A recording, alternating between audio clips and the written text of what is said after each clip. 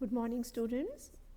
I'm Dr. Meenakshi Gehlot, Associate Professor, Department of Geology, SPC Government College Ajmer. मेरा आज का topic interactions of genes part second, जिसमें हम एपिस्टैसिस के बारे में समझेंगे।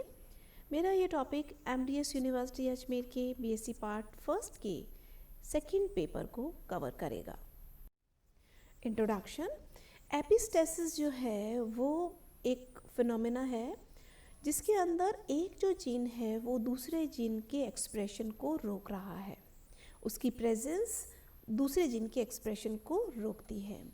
जैसा कि हमने पहले प्रीवियस लेक्चर में समझा था कि किस तरह से जीन आपस में इंटरैक्ट करते हैं, तो यहाँ पर ये समझने की ज़रूरत है कि जो जीन है वो ज़रूरी नहीं कि एक ही लोकस पे हो, उसकी लोकेशन चेंज हो सकती है। मेंडल की स्टडी में हमने ये देखा था कि इंडिविजुअल का जो फिनोटाइप है वो एक जीन से कंट्रोल हो रहा है, जबकि हम बहुत सारे एग्जाम्पल ऐसे देखेंगे जिसमें कि 2 या 3 जीन हैं वो आपस में इंटरैक्ट करते हैं और एक दूसरे के एक्सप्रेशन को चेंज कर रहे हैं, जिससे कि फिनोटिपिक जो रेशियो है वो डिफरेंट आता है। एपिस्टैसिस के अंदर जो इंटरैक्शन हो रहा है उसके अंदर एक जीन दूसरे जीन के एक्सप्रेशन को रोकता है, और यही जो वर्ड है एपिस्टैसिस वो ग्रीक वर्ड से मिलकर बना है जिसका मतलब है स्टैंडिंग अपॉन। इससे एक जीन का एक्सप्रेशन रुक जाता है दूसरे जीन की प्रेजेंस के कारण। हम देख सकते हैं कि बहुत सारे जो जीन हैं वो एक कॉमन फिनोटिपिक एक्सप्रेशन के लिए रिस्पॉन्सिबल हो सकता है, और बहुत बार देखा जाता है कि ये जीन का जो एक्सप्रेशन है वो 1 या 2 जीन से डिपेंड कर सकता है। अब ये जो जीन का फंक्शन है वो कॉम्प्लीमेंट्री हो सकता है या सिनर्जेटिक वे में ये काम कर सकते हैं। 2 या 2 से ज़्यादा जो जीन हैं वो उनका एक्सप्रेशन बहुत ज़रूरी है किसी एक फिनोटाइप के एक्सप्रेशन के लिए।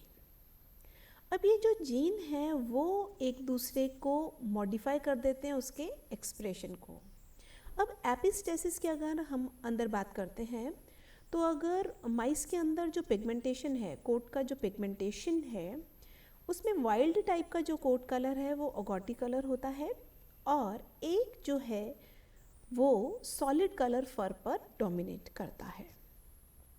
लेकिन इन दोनों जीन्स जैसे कैपिटल ए स्मॉल ए 2 तरह के कलर हो गए। इन दोनों के कलर के एक्सप्रेशन में एक तीसरा जीन सी वो बहुत इम्पॉर्टेंट है। अगर वो सी जीन प्रेजेंट है तो वो डिपेंड करेगा पिगमेंटेशन कोट कलर के अंदर।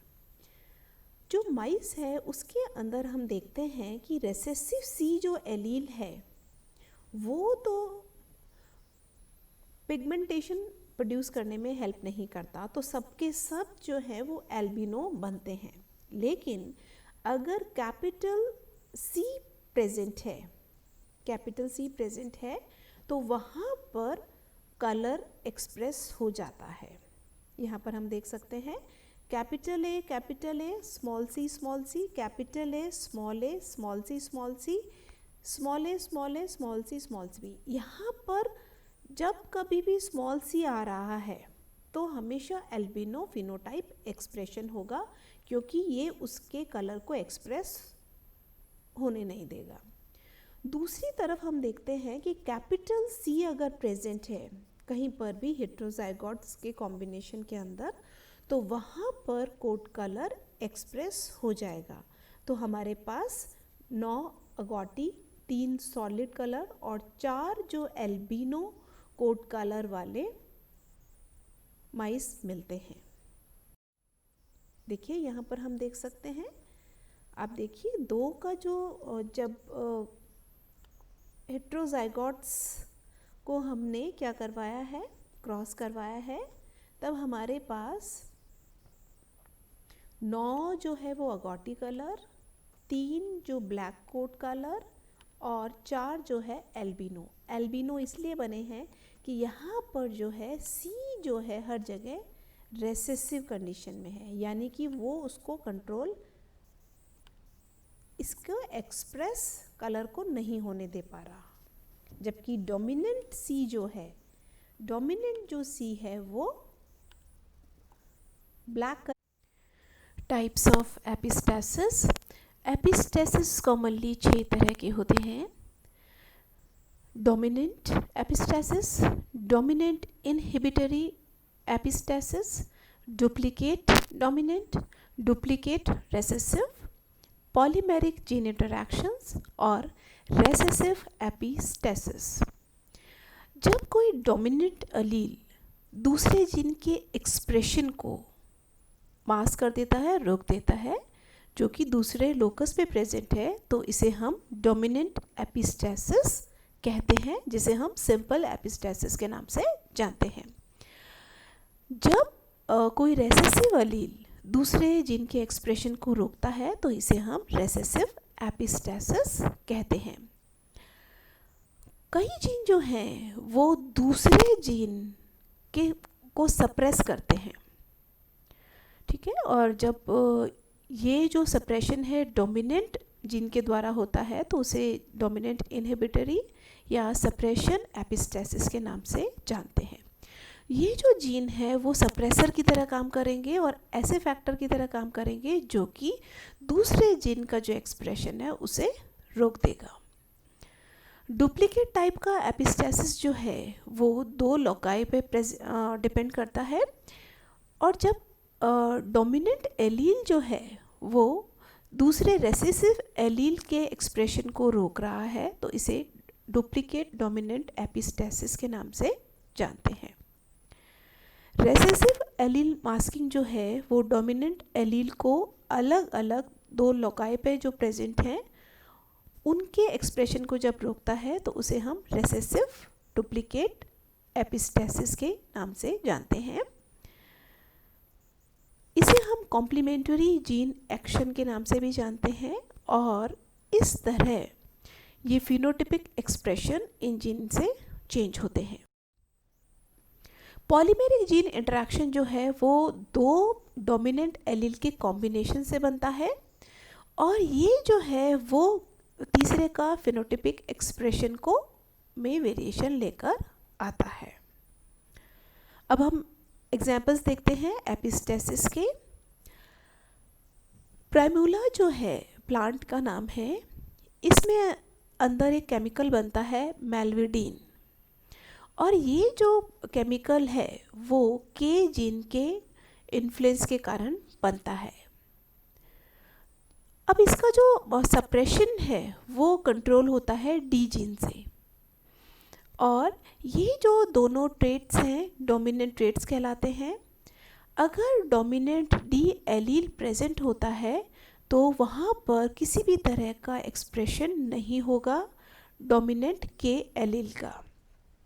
ये जो इंटरैक्शन है एलील्स का उसे हम डोमिनेंट इनहिबिटरी एपिस्टेसिस कहते हैं, क्योंकि डोमिनेंट डी एलील जो है वो डोमिनेंट के एलील को इनहिबिट कर रहा है। डोमिनेंट एपिस्टेसिस की कंडीशंस बहुत सारे जीन पर वर्क करती है। अब दूसरे जीन को ये एक्सप्रेस होने से रोकती है। कुछ बहुत सारे एग्जाम्पल्स हैं, हम एग्जाम्पल देखते हैं समर स्क्वैश के अंदर। समर स्क्वैश जो है, जो फ्रूट है, उसमें 3 तरह के कलर होते हैं, वाइट, येलो और ग्रीन। वाइट कलर जो है वो डिटरमाइंड होता है डोमिनेंट जीन W से। येलो कलर जो कलर है वो डिटरमाइंड होता है जीन G से, कैपिटल G से, और जो ग्रीन कलर है वो रेसेसिव जीन W और G से डिटरमाइंड होता है। जब वाइट कलर जो है वो येलो और ग्रीन कलर पर डोमिनेंट होता है, लेकिन वाइट कलर जब डोमिनेंट है तो इसे हम कहते हैं epistatic to dominant and recessive G and G alleles. ये जो इंटरैक्शंस हैं उसे हम सिंपल या डोमिनेंट एपिस्टेसिस के नाम से जानते हैं। यहाँ पर हम देख सकते हैं फर्स्ट जो जनरेशन है उसमें वाइट फ्रूट जो है वो आया है। वाइट फ्रूट बन रहा है कैपिटल W और स्मॉल g, और येलो जो है फ्रूट है, क्योंकि वाइट कलर क्या है, डोमिनेंट कलर है, येलो जो फ्रूट है वो आया है स्मॉल w कैपिटल G और कैपिटल G के कारण। इन दोनों के बीच में जब क्रॉस होता है तो हमारे पास हेटेरोज़ाइगोट्स है, वो हमारे पास आता है वाइट फ्रूट का, क्योंकि वाइट कलर कैसा है, डोमिनेंट है। अब हम देखते हैं कि हमारे पास F2 जो जनरेशन है उसमें हमारे पास रेशियो बनता है 12:3:1। इसमें 3 जो है वो येलो कलर के फ्रूट्स बनते हैं, और ये कब बने हैं, जब हमारे पास तीनों के तीनों जो स्मॉल w है, यानी कि वो एक्सप्रेस नहीं हो पाया है ना, इस वजह से यहाँ पर बन जाता है, और यहाँ पर एक्सप्रेस हो जाता है कलर। डोमिनेंट वाइट कलर है, लेकिन ये येलो कलर कब आता है, जब ये वाला दूसरे वाला जो जीन है, डोमिनेंट जीन, वो G वाला इसके अंदर प्रेजेंट है। और यहाँ पर क्योंकि W जो जीन है वो स्मॉल होना ज़रूरी है, दोनों स्मॉल होंगे तभी ये येलो का एक्सप्रेशन होगा। और ग्रीन कलर तब आ रहा है जब हमारे पास दोनों स्मॉल w और स्मॉल g प्रेजेंट है, इसीलिए हम इसे डोमिनेंट एपिस्टेसिस के नाम से जानते हैं।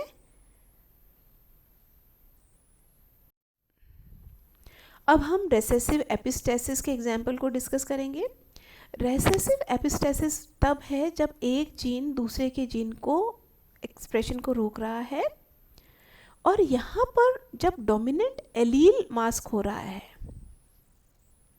ना, और सेकंड जीन के उसके फिनोटाइप को, कलर को ये रोकता है। अब आप यहाँ पर देखिए लेब्राडोर का जो कोट कलर है वो 4 तरह से हमें मिल रहा है।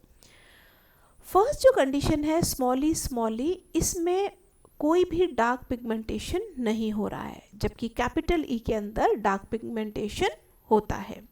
तो हमारे पास 4 तरह के कलर मिलते हैं। जब चारों जीन स्मॉल है तब हमारे पास येलो फर आता है, क्योंकि ब्लैक कलर इसके अंदर शो नहीं हो रहा। दूसरा जो है वो हमारे पास आता है येलो फर और ब्लैक नोज, लिप्स और आई रिम्स। ये हमारे पास आती है जब एक कैपिटल B जीन इसके अंदर प्रेजेंट है। चॉकलेट कलर का लैब्राडोर तब आता है जब हमारे पास एक कैपिटल E जीन प्रेजेंट है, और ब्लैक कलर का लैब्राडोर तब मिलता है जब कैपिटल E और कैपिटल B दोनों तरह के जीन इसके अंदर प्रेजेंट हैं। तो इसके अंदर जो रेशियो बनता है 9:3:4 का रेशियो बनता है, क्योंकि एक ना एक कैपिटल E और B हमारे पास जीन चाहिए किसके एक्सप्रेशन के लिए, ब्लैक लैब्राडोर के एक्सप्रेशन के लिए, क्योंकि इसके अंदर रेसेसिव जो जीन है वो एक्सप्रेशन को रोक रहा है, डोमिनेंट नहीं रोक रहा है।